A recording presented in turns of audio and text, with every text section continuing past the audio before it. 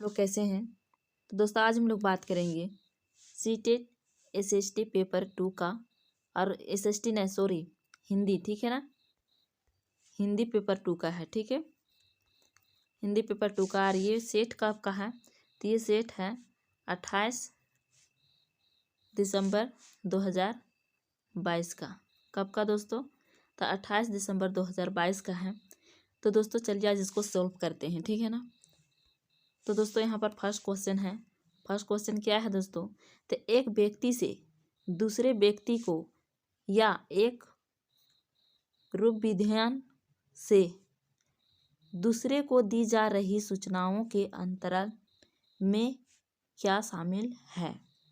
तो क्या शामिल है उसे यहाँ पर देखना है दोस्तों। तो एम है सूचना अंतर गतिविधि, और बी में है राय अंतर गतिविधि, थ्री में है तर्क अंतर गतिविधि, और फोर्थ में है प्राथमिकता अंतर गतिविधि। तो बताइए दोस्तों इसमें सही आंसर क्या हो जाएगा। तो दोस्तों इसमें सही आंसर क्या हो जाएगा, तो सूचना अंतर गतिविधि क्या है, एक व्यक्ति से दूसरे व्यक्ति को या एक रूप विधान, क्या एक रूप विधान से दूसरे को दी जा रही है, क्या कर रही है, तो दूसरे को दी जा रही है ये सूचना, ये अंतरण में क्या शामिल है, मतलब दूसरे को जो सूचना दी जा रही है तो इसमें सूचना अंतरण विधि हो जाएगा। क्या हो जाएगा, तो सूचना अंतरण विधि हो जाएगा, यानी फर्स्ट ऑप्शन राइट हो जाएगा, ठीक है ना। सेकेंड है दोस्तों, भाषा की कक्षा में आयोजित किए जाने वाले कार्यों की अभिकल्पना करते समय आप क्या मानदंड ध्यान में रखेंगे। क्या मानदंड ध्यान में रखेंगे दोस्तों। एम है कार्य ऐसे हो जो अर्थ, उद्देश्य या बातचीत या विनय का सुनिश्चित हो। बिल्कुल ये तो राइट है दोस्तों, ये होना चाहिए, ठीक है ना। क्या होना चाहिए, तो ये होना ही चाहिए, ठीक है।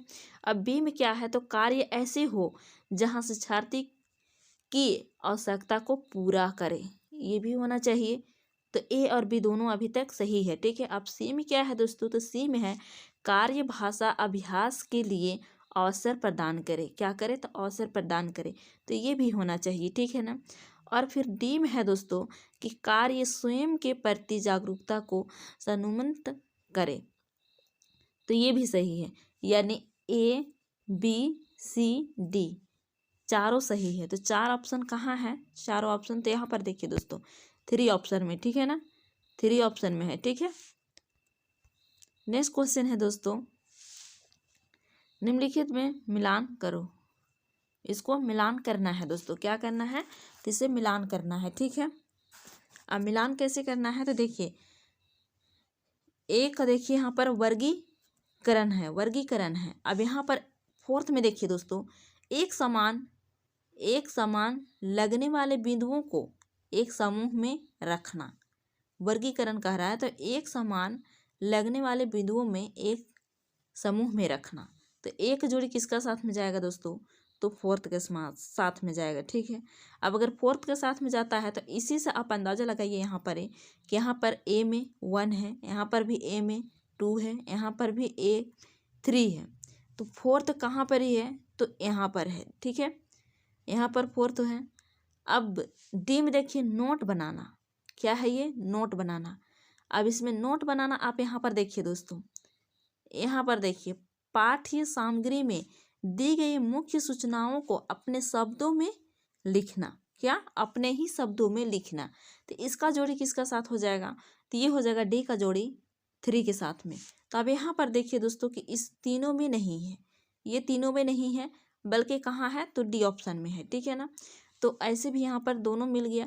अब बी का 1 के साथ में देखते हैं, पर अनुमान लगाना मतलब प्रतिरूप और नियमितता को देखना।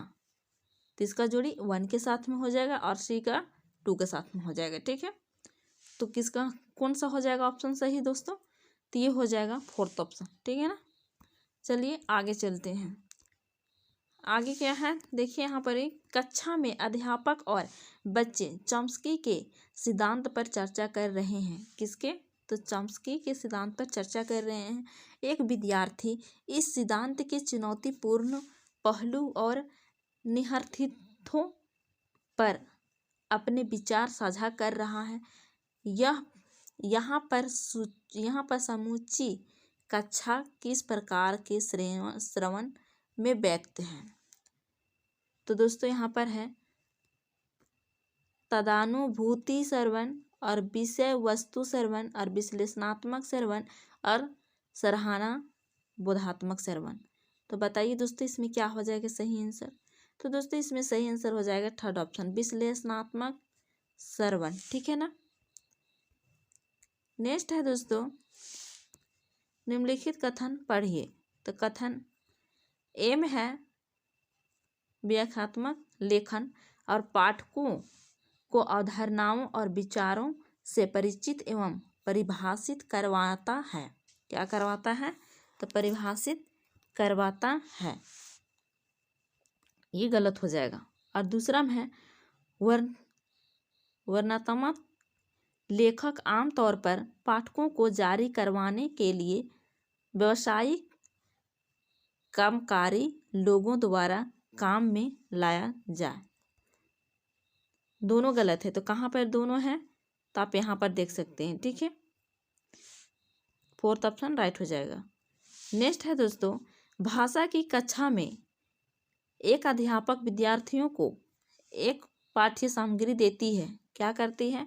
भाषा के जो कक्षा है उसमें एक अध्यापक विद्यार्थियों को पाठ्य सामग्री देती है और कहती है कि जल्दी से इनमें से मुख्य सूचना विचार ढूंढो और एक दूसरे के साथ साझा करो। एक दूसरे के साथ क्या करो तो साझा करो। विद्यार्थी किस प्रकार का पाठन कर रहे हैं। किस प्रकार का पाठन कर रहे हैं मतलब एक दूसरे को साझा करने के लिए बोल रहा है। ठीक है, तो दोस्तों इसमें देखिए बोल रहा है कि सरसरी तौर पर पठन, बारीकी से पठन और गहन तीव्र पठन और विस्तृत पठन। तो दोस्तों बारीकी से भी नहीं कर रहे और गहन से भी नहीं कर रहे और विस्तृत से भी नहीं कर रहे। यहाँ पर बोल रहा है कि भाषा की कक्षा में एक अध्यापक विद्यार्थियों को एक पाठ्य सामग्री देती है और कहती है कि जल्दी से क्या तो जल्दी से इसमें से मुख्य जो सूचना है उसे ढूंढने को बोल रहा है।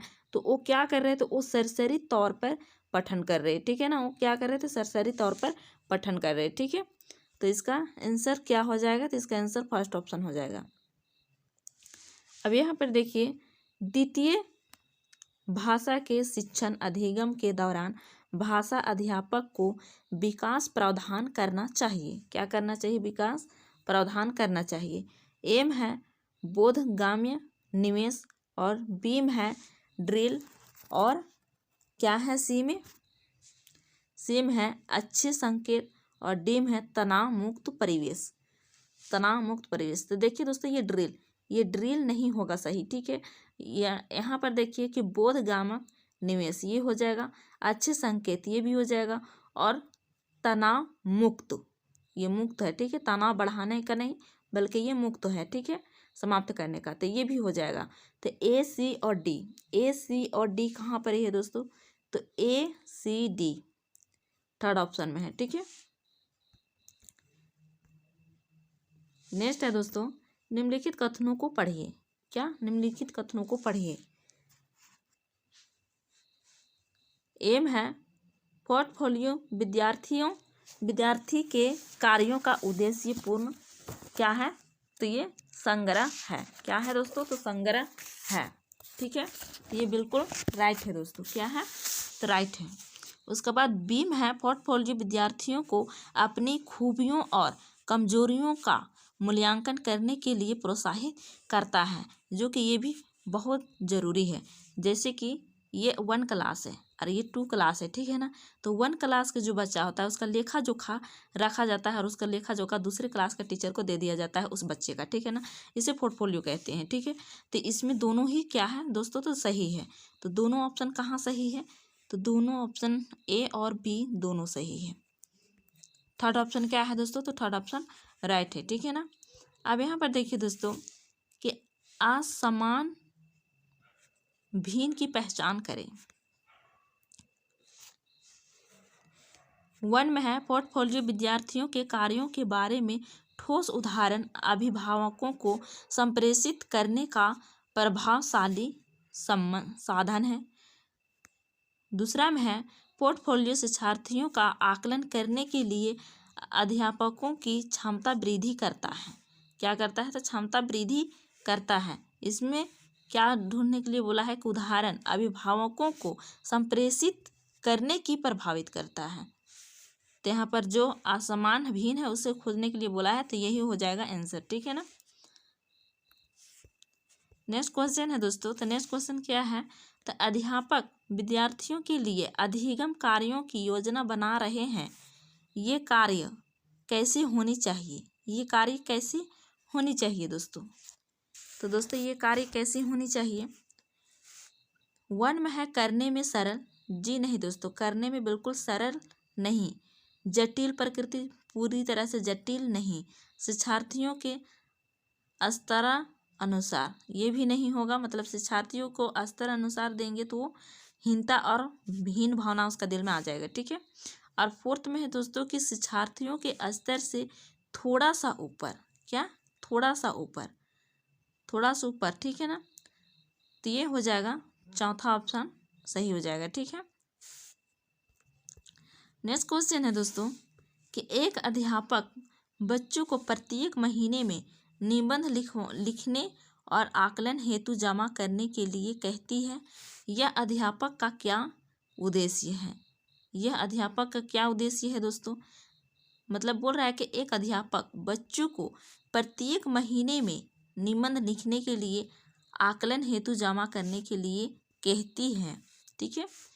तो इसका क्या उद्देश्य है, वन में है विद्यार्थियों की यथेष्ट प्रगति का आकलन, और बी में है विद्यार्थियों के भिन्न भिन्न प्रकार के लेखन